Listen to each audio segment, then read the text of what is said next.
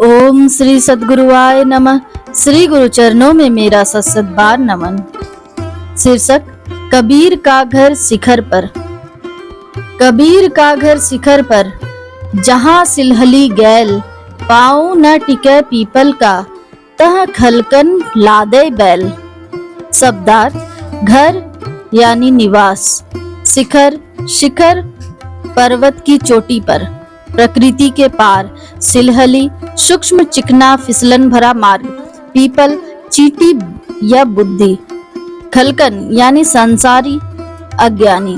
भावार्थ, कबीर साहब कहते हैं, मेरा निवास प्रकृति के पार चेतन आत्मा में है, जहाँ की गली मार्ग अति सूक्ष्म और चिकना है।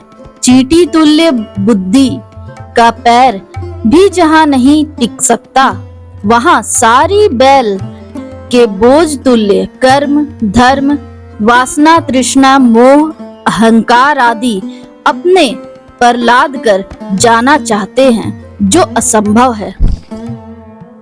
स्वयं को पहचानो। कबीर का घर शिखर पर है। यह मत सोचना कि कबीर साहब का ही घर शिखर पर है और अन्य लोगों का घर नरक में है। अगर कबीर का घर शिखर पर है, तो आप सबों का भी घर शिखर पर ही है। अगर श्री कृष्ण अजन्मा है, तो आप सब भी अजन्मा हैं। अगर कबीर परमात्मा के स्वरूप हैं, तो आप सब भी वही हैं।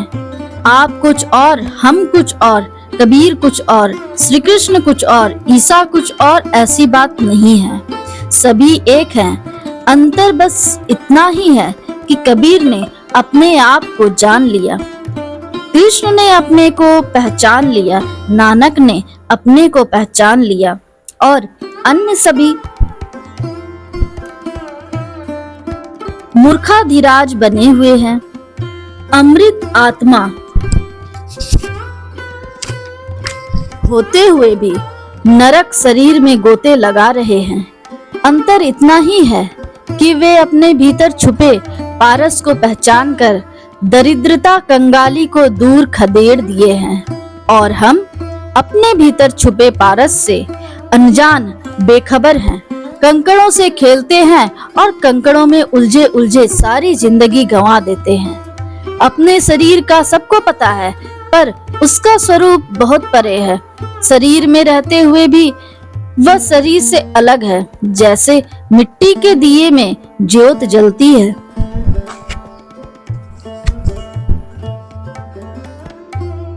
लेकिन वह ज्योति मिट्टी नहीं हो जाती है। मिट्टी का आश्रय लेकर जलते हुए भी ज्योत मिट्टी व मिट्टी के दिए से बहुत परे है। उसी तरह इस शरीर में जलने वाली जीवन की ज्योति शरीर से बहुत परे है। उसका घर शिखर पर है। शिखर मतलब उच्च गुंबद, ऊंचाई पर। जैसे हर धर्मावलंबी अपने उपासना स्थानों में किसी न किसी तरह का शिखर नुमा रचना अवश्य बनाते हैं, इसी तरह तुम्हारे भीतर भी एक शिखर है। क्या है वह शिखर? हमारे पूर्वज लोगों ने शायद इसी शिखर को की ओर इंगित करने हेतु शिखा रखने का विधान बनाया था, जिससे शिखर की याद बनी रहे। यह शिखर प्रकृति से परे है। तुलसीदास जी रामचरितमानस में कहते हैं, प्रकृति पार प्रभु सब उर्वासी, ब्रह्म निरीह बिरज अविनाशी। उत्तराखंड से लिया गया है यह पद। प्रकृति से पार है वह अविनाशी प्रभु। यहाँ भी सरकार कहते हैं, तुम्हारा घर प्रकृति से पार है, उसे पहचानो। फिर दोहे की अगली लाइन, जहाँ सिलहली गैल, मतलब वहाँ की गली बहुत चिकनी और रपटीली है। सिलहली मतलब वहाँ पैर टिकता नहीं है। कबीर साहब कहते हैं, पाँव न टिके पीपल का। वहाँ का रास्ता इतना फिसलन भरा है कि चींटी का भी पैर नहीं टिकता है। तुम देखोगे कितनी भी फिसलन भरी चीज हो, उसमें चींटी अवश्य ही चल पाती है। भले ही सांप न चल पाए, व्यक्ति के पैर फिसल जाए चिड़िया कबूतर न बैठ सके, अपने पंजों को उसमें न जमा सके, पर कितनी भी फिसलन भरी राह हो, चींटी उसमें नहीं फिसलती। सद्गुरु कबीर कहते हैं कि वह मार्ग ऐसा है जिसमें चींटी का भी पैर नहीं टिक पाता, पर दुष्ट लोग बैल पर बोझ लाद कर वहां की यात्रा करना चाहते हैं। भला यह कैसे होगा? इसका अर्थ हुआ कि प्रकृति के पार जीव का घर है। स्थूल, सूक्ष्म कारण, महाकारण, कैवल्य शरीर व संसार प्रकृति है। इनसे परे है जीव का घर। वहां पर चींटी तुल्य बुद्धि का भी पैर नहीं टिक पाता। गीता में श्री कृष्ण भी कहते हैं, इंद्रियाणि पराण्या हुरीन्द्रियेभ्यः परम मनः मनस्तु परा बुद्धिर्यो बुद्धि परतस्तु स। अर्थात ऐ अर्जुन, शरीर से श्रेष्ठ है इंद्रियां, इंद्रियों से श्रेष्ठ है मन, मन से श्रेष्ठ है बुद्धि और बुद्धि से श्रेष्ठ है आत्मा। शरीर की पहुंच इंद्रियों तक नहीं, इंद्रियों की पहुंच मन तक नहीं, मन की पहुंच बुद्धि तक नहीं और बुद्धि की पहुंच आत्मा तक नहीं। आत्मा तो आत्मा के द्वारा ही देखा जा सकता है। आत्मा की पहचान तो आत्मा के द्वारा ही संभव है। कनोपनिषद में आया है, यन मनसा न मनुते ये ना हुर्मनो मतम तदेव ब्रह्मत्वम विद्धि नेदम यदि दमुपासते।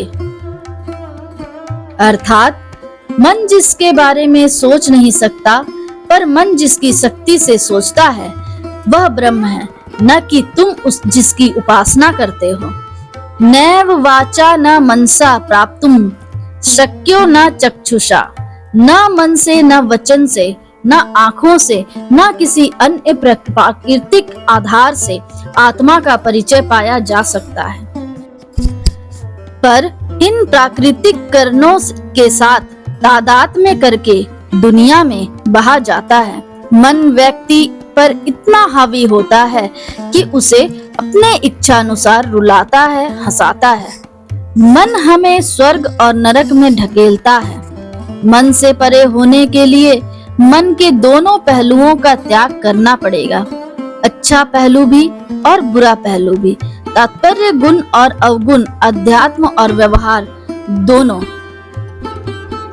त्याग करने का तात्पर्य इसे छोड़ना नहीं है, प्रत्युत इससे असंग होकर मन को देखना है। जैसे जैसे दृष्टापन का भाव जागेगा, वैसे वैसे आत्मबोध का सूर्य आपके भीतर उदित होगा।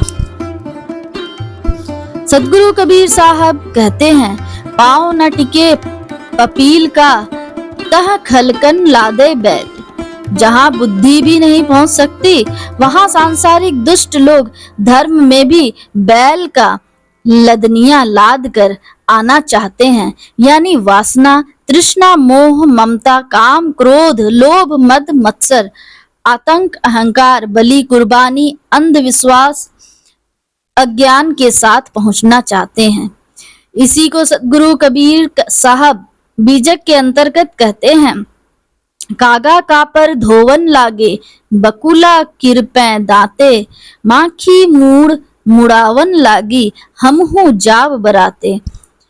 कौवे तुल्य भक्ष अभक्ष, कर्म अकर्म, पाप पुण्य, सत असत सबको उदरस्त कर लेने वाले सांसारिक लोग कपड़ा धोने लगे, यानी तिलक, माला, चोटी रखने लगे, तीर्थ गंगा स्नान आदि करने लगे और सोचने लगे कि हम भी मुक्त हो जाएंगे।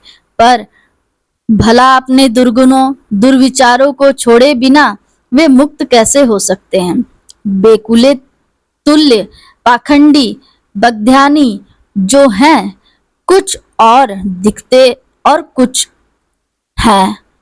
ये भी दांत निपोरने हंसने लगे, यानी अपने पाखंड युक्त धार्मिक कृत्यों के बल पर मोक्ष सुख चाहने लगे, जो असंभव है।